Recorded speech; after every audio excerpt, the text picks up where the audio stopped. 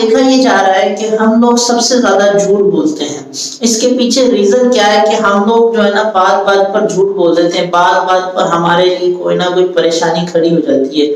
ہم لوگ یہ کیوں کرتے ہیں؟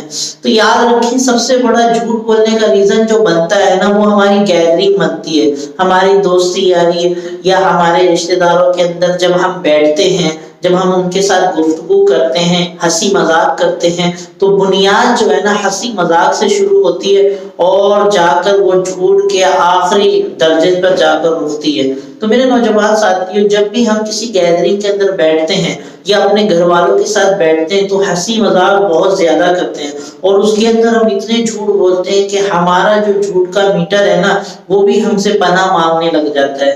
تو نوجوان ساتھیوں، آپ لوگوں نے جھوٹ نہیں بولنا۔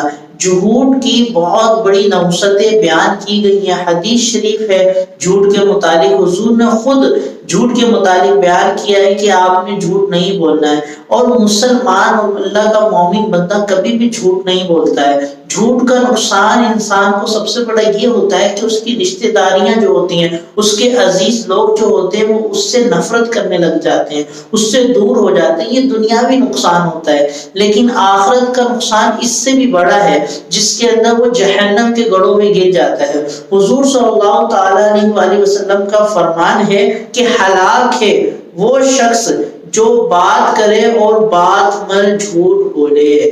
پھر حضور صلی اللہ تعالیٰ علیہ وسلم نے پھر ارشاد فرمایا کہ وہ شخص بھی ہلاک ہے جو کسی کو ہنسانے کے لیے جھوٹ بولے اور پھر اس کو ہنسا دے جھوٹ بول کر، تو وہ شخص بھی ہلاک ہے۔ اور حضور نے فرمایا کہ وہ جہنم کے گہرائی کے اندر اس کو گرایا جائے گا، اور وہ جو جہنم کی گہرائی ہوگی وہ زمین اور آسمان کے درمیان جو فاصلہ ہے اس سے بھی زیادہ گہری ہوگی۔ تو میرے نوجوان ساتھیوں، یقین مانیں، یہ جھوٹ بولنے کی اتنی بڑی نحوست اور اتنا بڑا عذاب یہ قیامت کے روز ہمیں ملے گا۔ اور دنیا کا تو آپ کو پتہ ہے کہ جب ہم جھوٹ بولتے ہیں اور کسی کو پتہ لگ جائے کہ یار اس بندے نے جھوٹ بولا ہے، تو